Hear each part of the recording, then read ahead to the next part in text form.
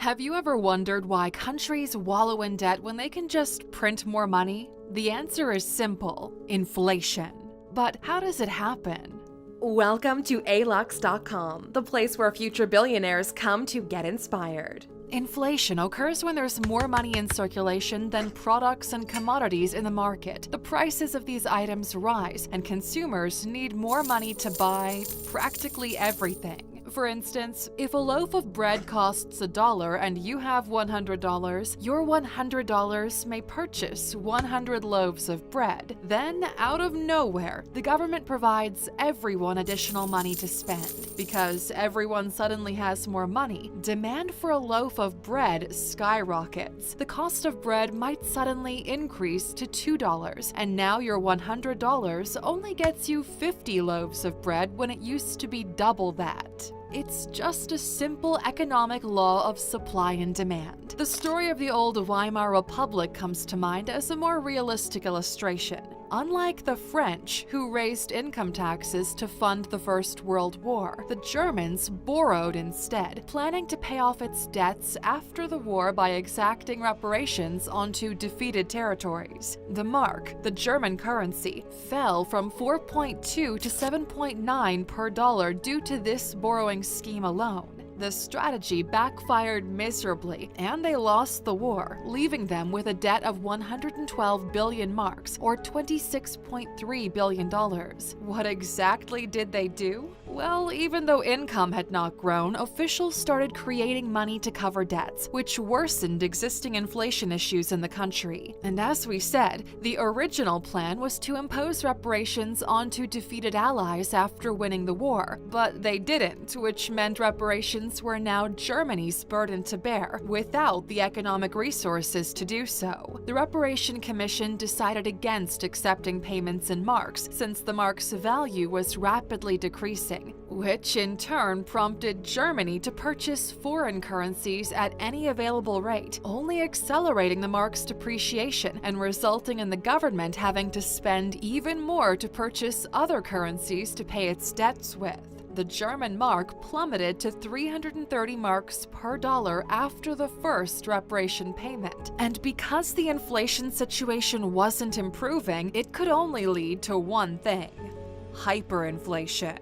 The value of the mark sunk to roughly 7,400 marks per dollar, leaving the country unable to pay reparations once again. However, despite its loss, Germany did gain one advantage during the war. It secured an industrial seat, the Ruhr Valley.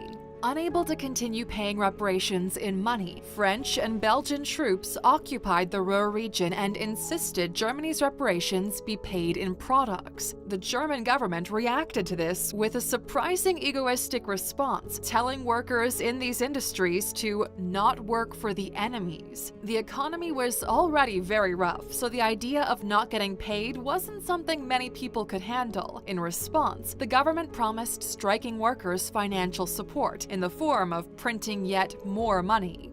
Within a year, a loaf of bread that was once 160 marks was selling for 200 billion marks. It got so bad they stopped paying workers once a day or weekly or monthly because commodities purchased in the morning for 20 million would cost 60 million by the end of the day. Workers began being paid 2 to 3 times daily to keep pace with the economic reality. And all of this happened because the money printed did not correspond to the economic resources available in the market. So, technically speaking, the problem isn't printing more money. The problem is printing more money than there are goods and services to back it up. That's why countries just printing more money when there's debts to pay isn't a viable solution long term. So, what's happening in the United States? In March 2020, there was an unprecedented demand for market liquidity as there was a massive sale of liquid assets, or U.S. Treasuries. U.S. Treasuries are fixed income securities backed by the federal government. What this means is whenever you buy a Treasury bond, it's like you're giving the federal government a loan it has to repay over an agreed-upon period of time. The money used to buy treasuries is part of what the government uses to run the country and finance debts. The effects of COVID-19 led many people to sell their treasuries to offset emergency bills caused by the pandemic. It was obvious this massive sell-off would cause the price of the treasuries to drop. So the Federal Reserve, or the Fed, created bank reserves and exchanged them for U.S. treasuries with the primary dealers, the big banks. This was a result of the balance sheets of those banks not being capable of buying the market liquidity on time, which would subsequently lead to them selling it. So the Fed saved the day by swooping in as the primary buyer of these treasuries to prevent a sudden increase in the interest rate and a drop in the price of treasury bonds, both of which would probably lead to the government borrowing even more. This process is referred to as quantitative easing, or QE.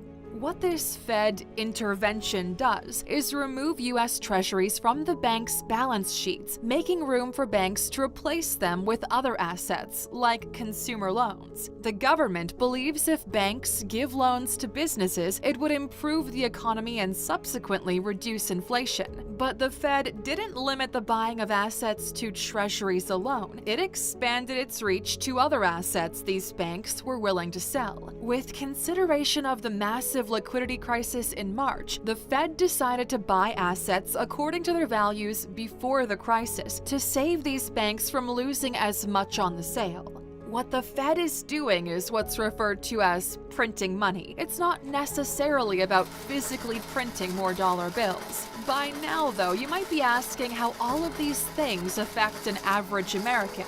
Well, considering the Fed's main reason for printing money, to control the interest rate and the price of treasury bonds, it's clear an average American is indirectly being saved from a situation where their dollar would buy drastically less. The Fed is trying to cushion the blow, as it were.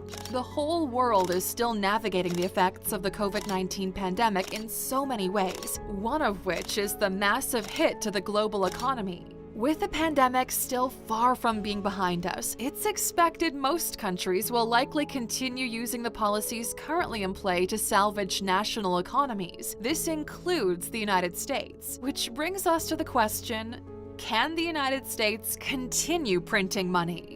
Earlier, we highlighted a prime example of why it's economic suicide to print more money without an increased income to back it up. So, is the United States trying to commit economic suicide? Are they immune to inflation or hyperinflation? Is there a different yardstick for the United States? Well, to answer these questions, let's circle back to the story about the Weimar Republic. What brought Germany's economy to the ground was the fact that after printing the money, it wasn't being used to pay back debts. Instead, it was using the money to buy other currencies, and that devalues faster than any other thing. The United States currency, the US dollar, is the global reserve currency. What this means is most economic transactions in the world are pegged at a value relative to the US dollar. This gives the United States an advantage over other countries. So yes, there is a different yardstick for the US. The States can fund itself for a long time as long as the US dollar remains the global reserve currency. However, with the introduction of digital currencies gaining momentum all around the world, the US dollar being the global reserve currency might soon be a thing of the past. Countries like China are looking to implement a central bank digital currency policy, which would give any individual eligibility to hold an account directly with the central bank. If this policy is implemented and the government needs to finance debts, they can easily print this digital currency and pay for their debts. And this is the same thing the Fed is doing in the United States. But one thing remains an obstacle.